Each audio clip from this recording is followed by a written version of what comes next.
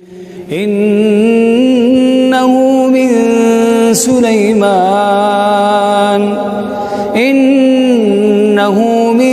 Sulaiman wa innahu bismillahirrahmanirrahim.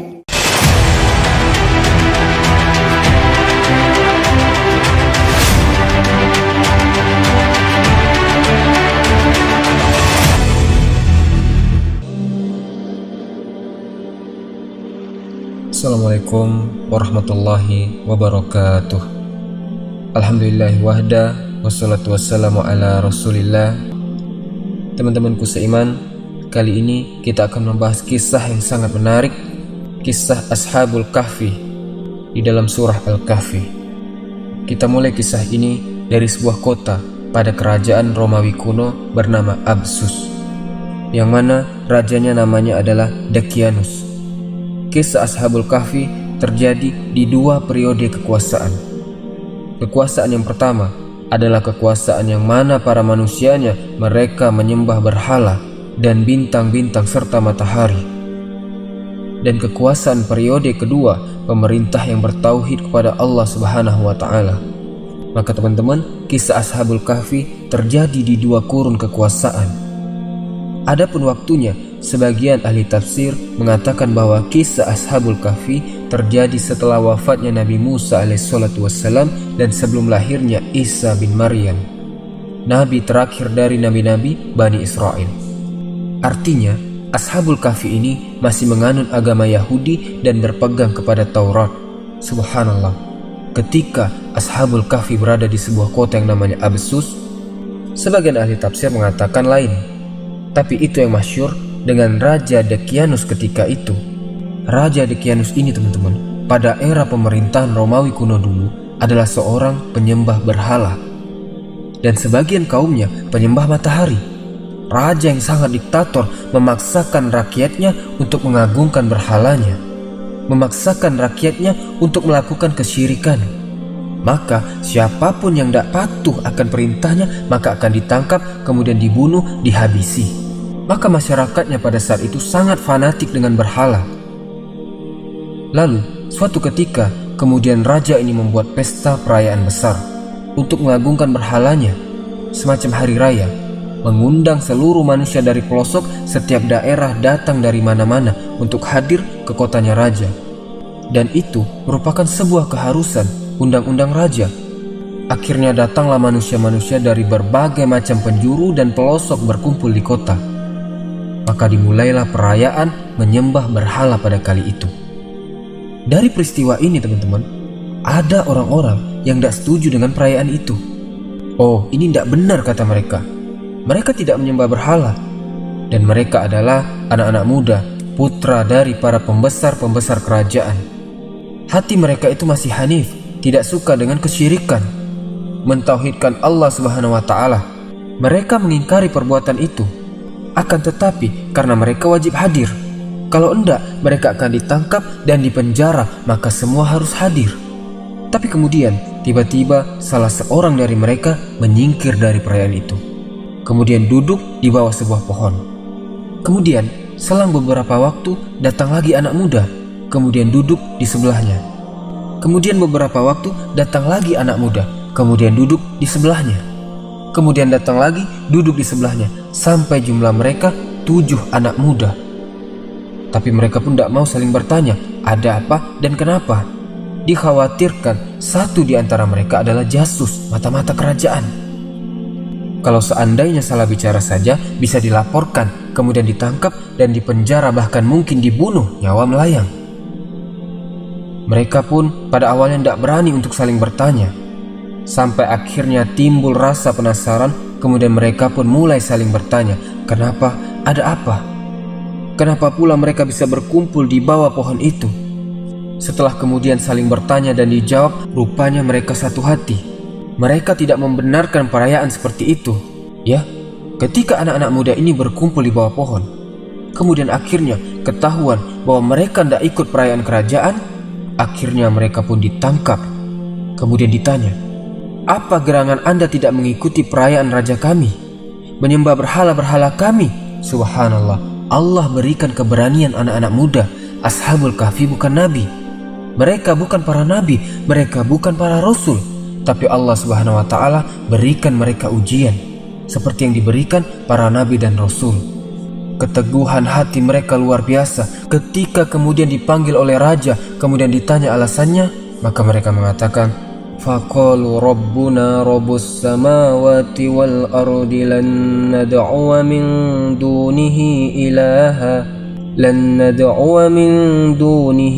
ilaha laqad qulna idzan syatata. Tuhan kami adalah Tuhan langit dan bumi, bukan berhala-berhala itu, bukan bintang-bintang, bulan. Kami tidak menyeru Tuhan selain Dia. Sungguh, kalaulah kami berbuat demikian, tentu kami telah mengucapkan perkataan yang sangat jauh dari kebenaran. Mereka itu kaum yang kami telah jadikan Tuhan-Tuhan untuk disembah selain Dia. Mengapa mereka tidak mengemukakan alasan yang jelas tentang kepercayaan mereka? Maka siapakah yang lebih zalim daripada orang-orang yang mengada-adakan kebohongan terhadap Allah? Subhanallah. Kemudian anak muda ini mendakwahkan dakwah tauhid di depan penguasa zalim, penguasa musyrik, penguasa kafir. Subhanallah. Dakianus, ketika raja yang diktator memaksakan orang untuk menyembah berhala, tapi anak muda ini tetap saja mengatakan kulil haq walau kana murra, katakan kebenaran walau itu pahit rasanya. Karena tahu konsekuensinya, kalau mereka menentang raja, mereka sudah tahu pasti dibunuh. Tapi subhanallah, Allah takdirkan raja ini tidak langsung membunuh anak-anak muda ini yang menyelisihi agama rajanya ini. Tidak mau menyembah berhala, tidak mau menyembah bintang dan matahari, dan tetap mentauhidkan Allah Subhanahu wa ta'ala. Tapi diberikan satu kesempatan, 3 hari untuk berfikir. Yang mengatakan 1 hari. Kalau mereka selama 3 hari mau berubah keyakinan mereka dari tauhid menuju syirik, dari ketaatan kepada Allah akhirnya taat kepada berhala, maka mereka akan diberikan jabatan tinggi, diberikan kedudukan, harta yang banyak. Tapi apa yang terjadi? 3 hari itu digunakan untuk lari, digunakan untuk kabur, menghindari ancaman raja. Karena mereka tahu konsekuensinya mereka akan dibunuh. Akhirnya mereka pun lari sejauh mungkin dari kerajaan itu. Mereka lari ke gunung dan ke bukit. Jadi teman-teman, ada beberapa riwayat. Yang pertama kita ceritakan adalah 7 pemuda yang berkumpul di bawah pohon, menghindari perayaan berhala tersebut. Tetapi di riwayat lain, hanya 6 orang saja. Kemudian mereka lari, dan orang ke-7 mereka bertemu di perjalanan ketika mereka melarikan diri dari kerajaan. Dan 1 orang ini membawa anjingnya. Jadi total mereka adalah 7 orang dengan 1 ekor anjing. Dan ketika mereka melarikan diri, dan Allah Subhanahu wa ta'ala takdirkan mereka menemukan sebuah gua. Dari sinilah kisah Ashabul Kahfi dimulai, yang mana kemudian mereka masuk ke dalam gua itu. Ketika Raja Dakianus tahu bahwa anak-anak muda ini melarikan diri, marah besar raja ini. Maka raja pun memerintahkan prajuritnya untuk mencari mereka, dan disuruh untuk menangkap, dipenjarakan, bahkan mungkin dibunuh. Maka prajurit pun menyebar ke sana kemari, tapi Allah takdirkan mereka tidak bisa menemuinya. Sampai ada beberapa prajurit yang hampir menemukan gua tersebut, tetapi mereka tidak masuk ke dalam gua itu, karena Allah Subhanahu wa ta'ala berikan rasa takut yang luar biasa kepada orang yang mau masuk gua itu, sehingga ketika akan masuk mereka ketakutan. Karena Allah Subhanahu wa ta'ala berikan rasa takut yang luar biasa kepada orang yang mau masuk ke gua itu, sehingga ketika mereka akan masuk ke gua itu, mereka ketakutan. Akhirnya mereka berinisiatif untuk menutup pintu gua itu. Dan mereka mengatakan kalau memang betul anak-anak muda itu bersembunyi dalam gua itu, kita tutup saja gua itu biar mereka mati di dalam sana dan tidak bisa keluar. Akhirnya kemudian anak-anak muda ini setelah berada dalam gua, mereka tidak bisa keluar karena masalahnya pintu guanya ditutup. Tetapi Allah Subhanahu wa ta'ala melindungi mereka. Karena ini terjadi karena kehendak Allah juga. Allah Subhanahu wa ta'ala ingin membuktikan bahwa ashabut tauhid, para penyeru tauhid, mereka akan menang dan akan bisa mengalahkan kebatilan. Maka Allah Subhanahu wa ta'ala tidurkan mereka dalam gua itu. Dan pintu gua itu tidak semua tertutup, tapi ada cahaya matahari yang masuk, dan itu bentuk perlindungan Allah Subhanahu wa ta'ala karena Allah yang berkehendak. Perlindungan yang pertama, Allah Subhanahu wa ta'ala berfirman, dan engkau akan melihat matahari terbit condong dari gua mereka ke sebelah kanan. Dan apabila matahari itu terbenam menjauhi mereka ke sebelah kiri, sedangkan mereka berada dalam tempat yang luas dalam gua itu. Itulah sebagian dari tanda-tanda kebesaran Allah. Barang siapa diberikan petunjuk Allah, maka dia akan mendapatkan petunjuk. Dan barang siapa yang disesatkan Allah, maka engkau tidak akan mendapatkan seorang penolong yang dapat memberikan petunjuk kepadanya. Allah Subhanahu wa ta'ala masukkan matahari di waktu terbit dan waktu tenggelam. Agar apa? Supaya jangan ada hewan-hewan yang membahayakan masuk ke dalam gua itu. Dan ini bentuk perlindungan. Kemudian perlindungan yang kedua, Allah Subhanahu wa ta'ala tidak membiarkan Ashabul Kahfi yang tertidur itu berdiam diri badannya, karena mereka ditidurkan bukan sehari dua hari, melainkan 309 tahun mereka ditidurkan. Artinya 3 abad lebih mereka ditidurkan. Jadi jasad mereka tidak dibiarkan tertidur tanpa bergerak. Sebab kalau seandainya kemudian mereka tidak bergerak, tidur terus, tentu akan mengalami hal-hal yang tidak diinginkan dari kesehatannya. Tapi kemudian ketika dibolak-balikkan ke kanan ke kiri saat tidur, maka jasad mereka terpelihara. Itulah pemeliharaan yang kedua yang Allah Subhanahu wa ta'ala berikan kepada Ashabul Kahfi. Kemudian yang ketiga adalah diberikan perlindungan di mana setiap orang yang menemukan gua itu tidak berani masuk.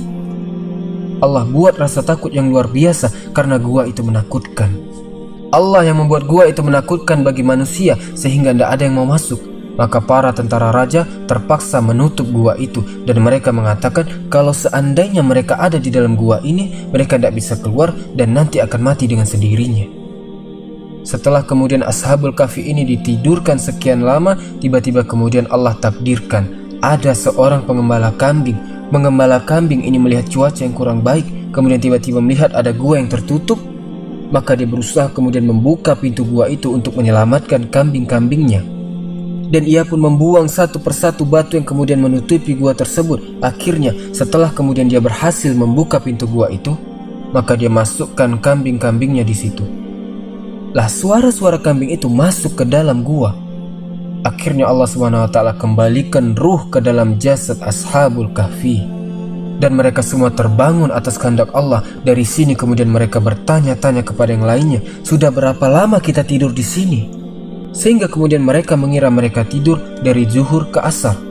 Wa kadzalika ba'asnahum liyatasaalu bainahum qala qailum minhum kam labistum. Berapa lama kalian tidur? Mereka mengatakan, boleh jadi kami tidur itu 1 hari atau mungkin setengah hari. Yang lain mengatakan mungkin lebih. Yang lain lagi mengatakan hanya Allah yang tahu. Akhirnya kemudian mereka menyarankan, bagaimana kalau seandainya salah seorang di antara kita keluar membeli makanan? Karena kita sudah sangat lapar. Rupanya ketika salah seorang mereka diutus untuk keluar, berjumpalah dengan seorang pengembala kambing ini. Kemudian dia pun diantar ke kota. Tiba-tiba kemudian ketika hendak membeli makanan, ketika membayar, yang menjual makanan itu tidak mengenal mata uang yang dibawa itu. Ini mata uang kapan? Karena masalahnya sudah 300 tahun lebih. Artinya sudah 3 abad lebih. Tentu masalahnya sudah berbeda mata uang. Karena si penjual ini curiga, dibawalah anak muda ini kepada sang raja. Yang ketika itu kebetulan rajanya sudah berubah.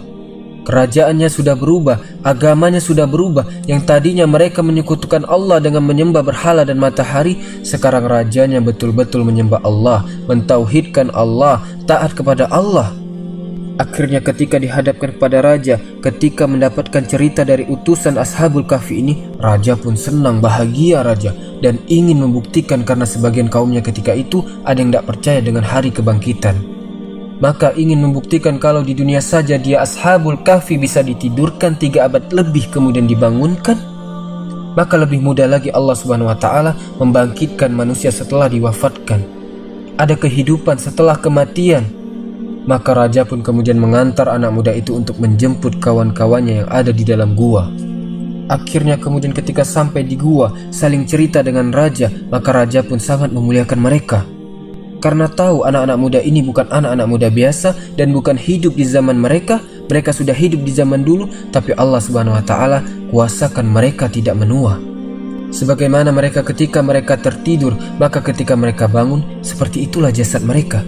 Dan ini mukjizat. karomah bagi para wali. Maka setelah kemudian mereka pun dimuliakan oleh raja. Juga ada riwayat mengatakan ketika sampai di gua Ashabul Kahfi, rajanya disuruh stop sama pemuda yang Ashabul Kahfi yang turun mencari makanan ini. Dibilang ke rajanya, engkau tunggu di sini, aku panggil teman-temanku di dalam gua. Setelah sampai di gua, diceritakan sama kawan-kawannya bahwa raja telah menunggu kita di luar gua dan raja kita telah berganti dan kita di sini selama 309 tahun. Maka salah seorang dari 7 pemuda ini mengatakan, kita telah melihat kebesaran Allah, lebih baik kita berdoa agar Allah mencabut nyawa kita dan menutup pintu gua kembali. Karena mereka khawatir mereka akan dikultuskan. Maka Allah Subhanahu wa Ta'ala pun menutup gua tersebut dan mewafatkan mereka.